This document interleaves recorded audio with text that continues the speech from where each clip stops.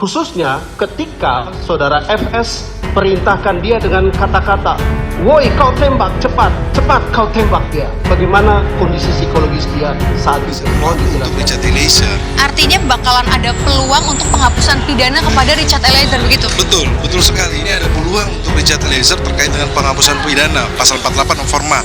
Nanti kami juga akan gali di persidangan berikutnya. Pengacara Richard Eliezer atau Baradae, Roni Talapesi mengatakan apa yang telah disampaikan oleh kliennya sudah sesuai. Terkait dengan sikap batin Eliezer sudah sesuai dengan hasil apsifor ahli psikologi. Roni juga menyebut, ada peluang penghapusan terkait dengan pidana pasal 48 KUHP pada Eliezer. Terima kasih Yang Mulia. Saya mau bertanya kepada saudari ahli psikologi forensik. Dalam persidangan, Baradae menjelaskan bahwa saat kejadian di Duren 3 tanggal 8 Juli, dia berada dalam kondisi tertekan, bahkan takut ketika dia diperintahkan oleh FS untuk menembak Joshua. Baradae juga sampaikan dalam sidang bahwa pikirannya kacau. Kalau dia tidak tembak Joshua, dia takut dia yang ditembak oleh FS. Karena dia tahu FS sangat marah, punya pistol, dan perintahkan dia untuk menembak Joshua. Jadi ada kondisi kebatinan yang membuat dia merasa takut. Pertanyaan kami, bagaimana analisis psikologi terhadap kejiwaan Baradae pada detik-detik sebelum terjadinya penembakan yang dilakukan terhadap Joshua? Khususnya ketika saudara FS perintahkan dia dengan kata-kata, "Woi, kau tembak, cepat, cepat kau tembak dia." Bagaimana kondisi psikologis dia saat itu? Mohon dijelaskan, terima kasih. Ya, kondisi psikologisnya pada saat itu diakui memang dalam keadaan ketakutan oleh saudara Richard Eliezer. Nah, di dalam situasi ketakutan itu ada satu kondisi emosi yang memuncak. Nah, kalau kita bicara pada emosi, emosi itu bisa mengarahkan satu perilaku seseorang. Reaksi emosional di otak itu dapat mengaktifasi daerah otak lain untuk memulai sebuah aktivitas perilaku. Contohnya kalau takut, pilihannya bisa lari, bisa freeze. Kemudian kalau marah, bisa memukul atau yang lainnya. Nah, di dalam hal ini pada kondisi Richard, ketakutan yang luar biasa, namun ciri kepribadiannya yang memang belum matang, keputusan perilakunya mematuhi. Ini yang disebut sebagai obedience destructive. Jadi ada kepatuhan yang efeknya memang merusak. Baik, terima kasih saudara ahli. Dalam perspektif psikologi, apakah Baradae masuk dalam kategori korban atau victim? Dalam hal ini korban tekanan mental atau kejiwaan, atau dalam istilah sekarang Baradae itu bisa dibilang kena mental dari kemarahan FS yang adalah seorang jenderal ketika itu. Kemarin ahli kriminologi menjelaskan bahwa Baradae masuk dalam kategori korban atau victim. Bagaimana menurut perspektif psikologi? Ya, di dalam relasi kuasanya memang dia bisa menjadi korban. Namun kalau kita bicara pada proses psikologis, ada free will, ada keinginan bebas yang menjadi milik dari masing-masing orang. Maka tadi saya sampaikan sehingga ada perbedaan antara respon dari saudara Ricky yang lebih stabil dengan respon saudara Richard yang memang kondisi emosinya lebih tidak stabil dibanding saudara Ricky.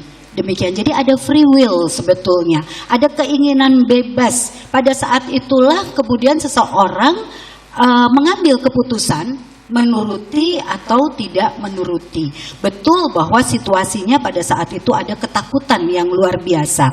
Nah, saat inilah di dalam free will itu ada controlling emosi atau tidak, ada regulasi emosi atau tidak, itu tergantung pada tipologi kepribadian dari masing-masing orang.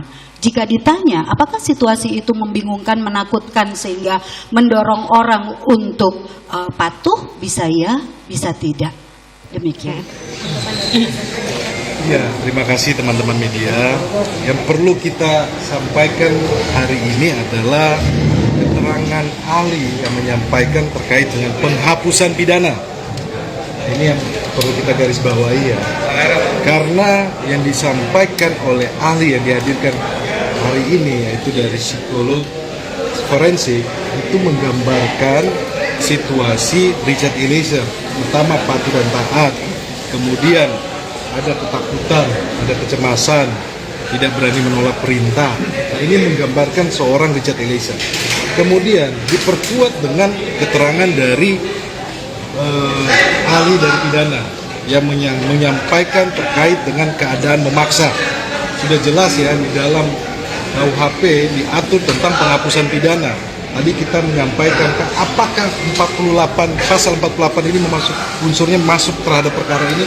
Tadi ahli sampaikan pasal 48 masuk terkait dengan keadaan memaksa, overmah, dan itu disampaikan terkait dengan penghapusan pidana. Jadi proses ini kami melihat bahwa inilah realita, inilah fakta yang terjadi, bahwa klien kami pertama dari awal perkara ini kita sudah sampaikan tidak punya niat. Kedua, terkait dengan keadaan psikologinya tadi sudah disampaikan oleh psikolog forensik bahwa ada ketakutan, kemudian ada kecemasan ketika disuruh memilih untuk berpikir atau ini, tetapi dia karena ketakutannya sangat tinggi sehingga dia patuh dan taatnya sangat tinggi. Nah, itu yang terungkap di persidangan. Nah, juga ini terkait dengan yang tadi ya, bahwa ada penghapusan pidana.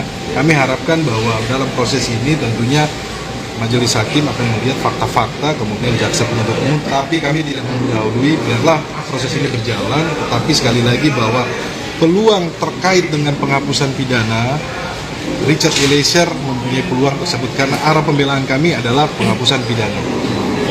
Mas, tadi Febri mengatakan bahwa ada keterangan dari ahli yang mengatakan keterangan dari Putri di Magelang ini layak untuk dipercaya terkait dengan kekerasan seksual. Kami tidak bisa komentar karena itu adalah keterangan dari terdakwa si Putri Candrawati kan, tetapi kami fokusnya adalah terhadap Richard Eliezer tentang penghapusan pidana. Kalau itu ditanyakan saja sama pengacara dari keluarga korban. Terkait sidang tadi Bang, menurut Abang apakah saksi ahli ini tadi mampu menunjukkan bahwa pembunuhan berencana itu terjadi atau tidak? Ya, kalau secara konstruksi hukum pembunuhan berencananya iyalah, sudah jelas ya. Kemarin juga ahli dari kriminologi sudah sampaikan ya. Tetapi dalam hal ini kita berbicara terkait dengan posisi dari Baradae, Richard Eliezer kan, bahwa dalam posisi psikologinya dia tertekan, kemudian merasa takut, ini terungkap dalam persidangan ya.